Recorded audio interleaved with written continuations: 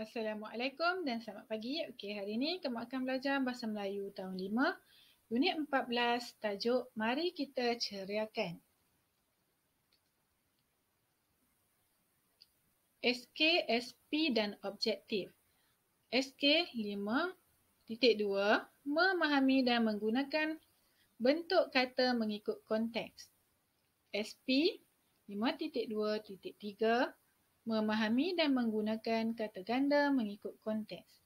Objektif pembelajaran, membina ayat menggunakan sekurang-kurangnya 5 kata ganda separa. Okey, mari kita tengok buku teks muka surat 108. Marilah kita baca bersama-sama. Cikgu Zakwan memberi murid-murid penerangan tentang cara hiasan persekitaran sekolah sempena bulan kemerdekaan. Murid boleh menghias pepondok bacaan dan tempat rehat murid dengan menggantung bendera dan bunga raya dengan berbenang.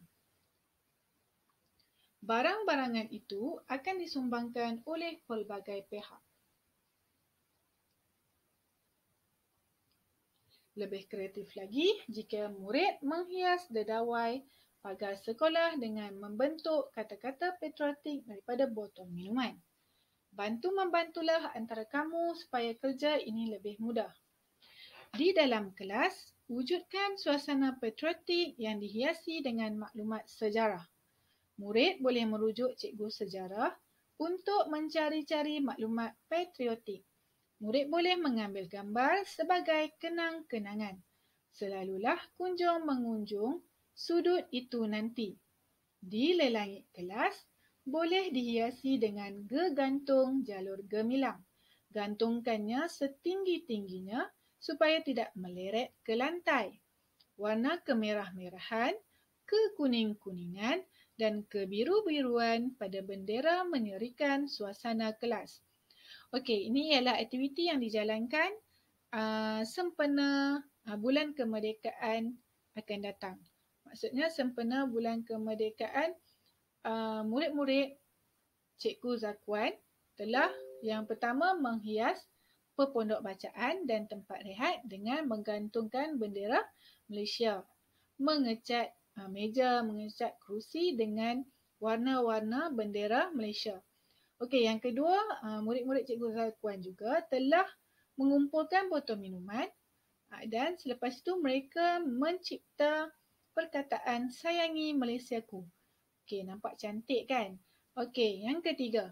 Yang ketiga, kalau di dalam kelas, mereka telah mewujudkan sudut patriotik ataupun Cikgu Zakwan mencadangkan mereka mewujudkan sudut patriotik yang boleh diletakkan gambar Sultan ataupun gambar Perdana Menteri ataupun gambar tokoh sama ada tokoh angkasawan ke, tokoh negarawan ke, tokoh pemimpin negara ke. Okey, kita boleh letakkan gambar di sudut patriotik.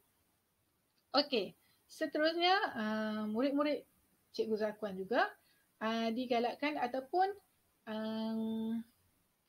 diberi arahan untuk menggantungkan jalur gemilang.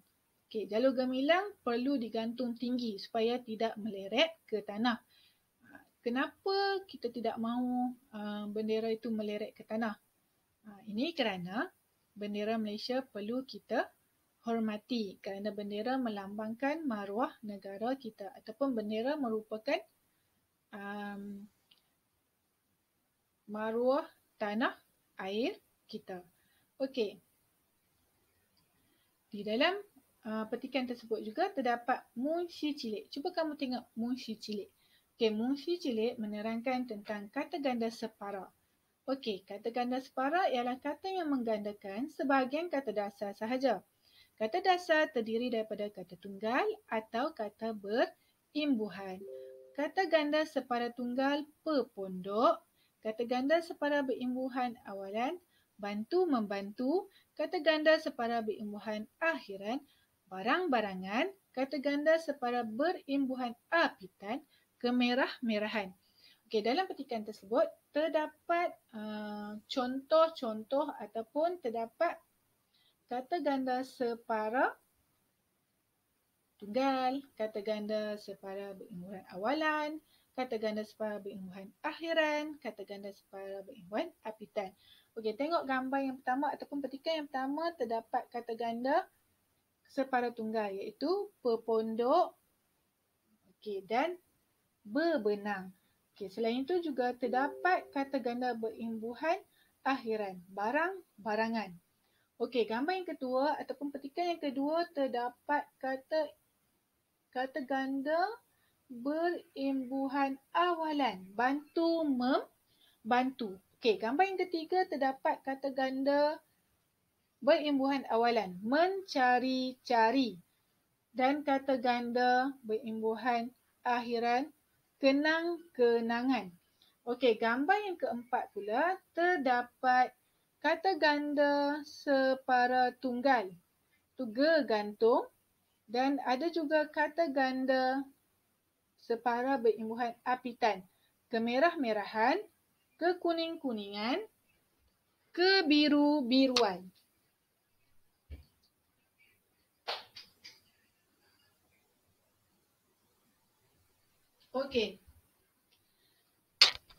Seterusnya, mari kita lihat yang seterusnya. Latihan. Tadi kita dah terangkan tentang mungsi cilik. Kamu pun dah faham tentang kata ganda separa, iaitu terdapat 4 jenis kata ganda separa. Ingatlah, ada 4 jenis kata ganda separa. Kata ganda separa tunggal. Tadi kita dah baca dalam mungsi cilik, jadi cikgu terangkan sedikit tentang kata ganda separa tunggal ni. Separa bermaksud separuh. Contoh kata rama-rama. Rama-rama ialah kata ganda penuh. Rerama ialah kata ganda separa. Suku kata re diambil dari awalan. Awalan perkataan rama-rama tu. Suku kata pertama ra tu. Dan digantikan re. Digantikan dengan re. Vokal A tu digantikan dengan vokal E. Seterusnya, kata ganda separa berimbuhan awalan. Kata ganda separa berimbuhan awalan hanya menambahkan imbuhan awalan pada kata ganda tersebut. Contohnya, tolong-menolong. Tolong-menolong. Cuba tengok. Berimbuhan awalannya adalah me. Kata ganda separa berimbuhan akhiran terdapat penambahan imbuhan di akhir perkataan. Contohnya, tumbuh-tumbuhan an. Itu ialah imbuhan an. Kata ganda separa berimbuhan apitan pula terdapat penambahan imbuhan pada awal perkataan dan akhir perkataan. Contohnya, kemerah-merahan, ke dan an. Di awal perkataan dan di akhir perkataan. Kemerah-merahan. Seterusnya, cara membina ayat menggunakan kata ganda separa. Yang pertama, rerama. Rerama itu menghisap madu di taman bunga. Yang kedua, bantu-membantu. Kita perlu bantu-membantu antara satu sama lain. Yang ketiga, besar-besaran. Majlis perkahwinan kakak dibuat secara besar-besaran. Yang keempat, kehijau-hijauan. Buah mangga itu berwarna kehijau-hijauan. Mari kita tengok latihan yang perlu kamu lakukan. Yang pertama, senaraikan 5 kata ganda separa yang terdapat di dalam petikan teks muka surat 108.